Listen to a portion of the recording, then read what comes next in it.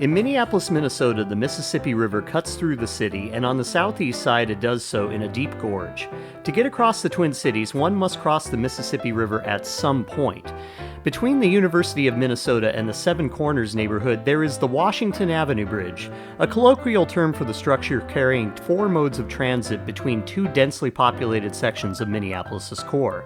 There have historically been two bridges at this site. The first was an iron truss bridge built in 1884. That structure was almost immediately obsolete and required strengthening to accommodate streetcars on its deck, which became possible in 1890. This bridge also carried up to 4 lanes of vehicle traffic, as well as U.S. routes 12 and 52 prior to those routes being multiplexed onto Interstate 94 in the 1960s. The first bridge would have been just barely upstream of the current bridge, carrying traffic along a simplified route through a grid of neighborhood roads that are now mostly university-developed lands. The change of this neighborhood necessitated the need for a more modern bridge by 1965, as the Twin Cities Highway Plan saw the demolishment of the Bohemian Flats neighborhood, no lie, that is the place's given name, and the planned construction of the freeway system around the downtown core. Ultimately, much of the purpose of this bridge would be shaped by the Metrodome, the former skyline icon of the 80s turned malign sports eyesore of every other time period.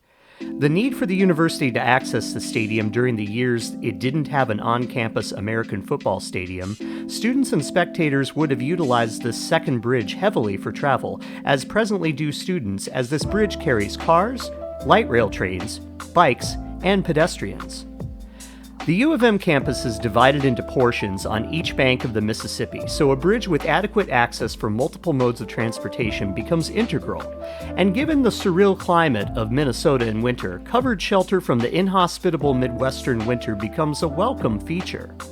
The east bank end of the bridge features the core of the campus social life.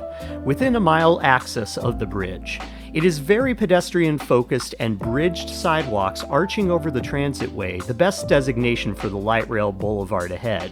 The Frederick Wiseman Art Museum also occupies the side of the bluff onto which the bridge is laid out. This free art museum is a great time kill, but we're here too early for a visit today. Its exterior is an early example of CAD-driven building design by architect Frank Gehry. The bridge has 1 lane in each direction for vehicle traffic and 2 light rail tracks below. The upper part of the span is decked to provide a walkway, bikeway, and covered boulevard with closed-door access for wintertime pedestrians. The upper deck had initially been conceived as a Florence-style marketplace with shops, but now exists as a sparsely heated walkway that offers would-be shelter from the storm, as the poet said. Speaking of poets, the bridge is also the site of poet John Berryman's death, as portrayed most historically by the Hold Steady in their song Stuck Between Stations. And to that regard, the bridge is dotted with suicide prevention phone numbers on signs across the span. Since 2011, the bridge has been in its present configuration. Prior to that, 4 lanes of traffic emptied out of the U of M campus and under the shade of the deck above, crossed the river to be carried on to the expressway segment where Hennepin County Route 122 continues as a maintenance level designation for the roadway until it divides as 3rd and 4th Streets in downtown Minneapolis. The city's shift toward multimodal transitways is again exemplified in this conversion. The upper deck, however, retains a utilitarian nature in all of its configurations. There are even bulletin boards on either side reminding the visitor that they are indeed contained within a campus community. One can choose to enter the covered middle walkway via side door access roughly 1/3 of the way down the bridge in either direction, in addition to the main entrances on either side of the bridge. The views from the deck are stunning, even on a cloudy day. This is one of the heaters that provide an amount of heat during wintertime. It's unclear how the heat has an effect on this space at the present time, as it's summer and the fan appears to be doing little more than circulating air. Moving on to the other side, an identically configured combination walkway and bike lane flow across a view of the deep Mississippi River Valley Gorge. This will continue to be the character of the river as it splits the cities of Minneapolis and St. Paul further downriver, culminating in a confluence with the Minnesota River at the edge of the city.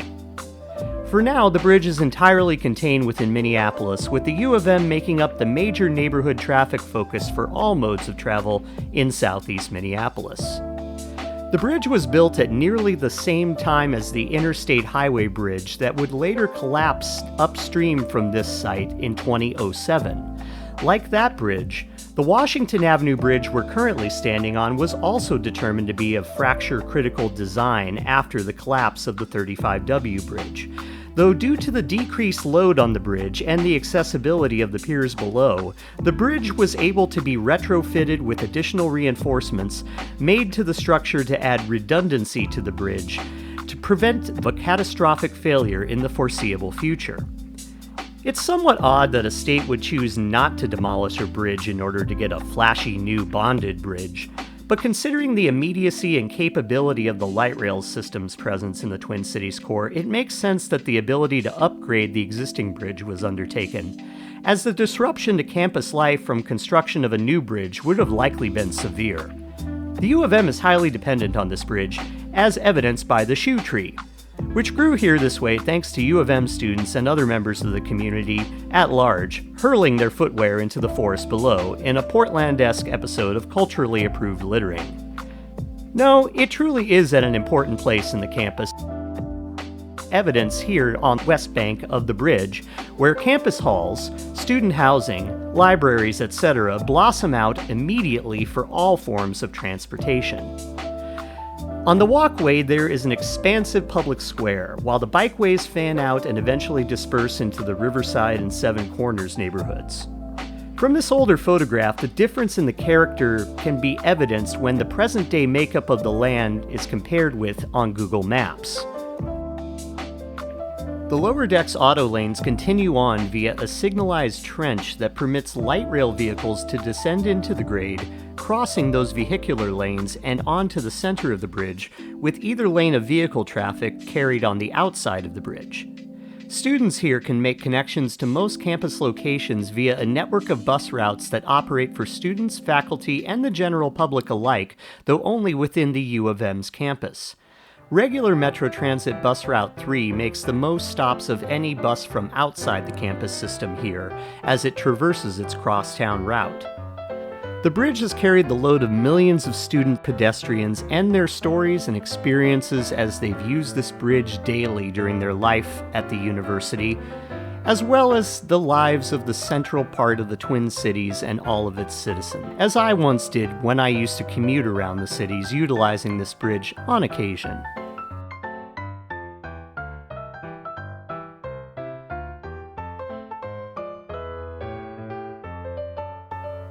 That does it for the Washington Avenue Bridge.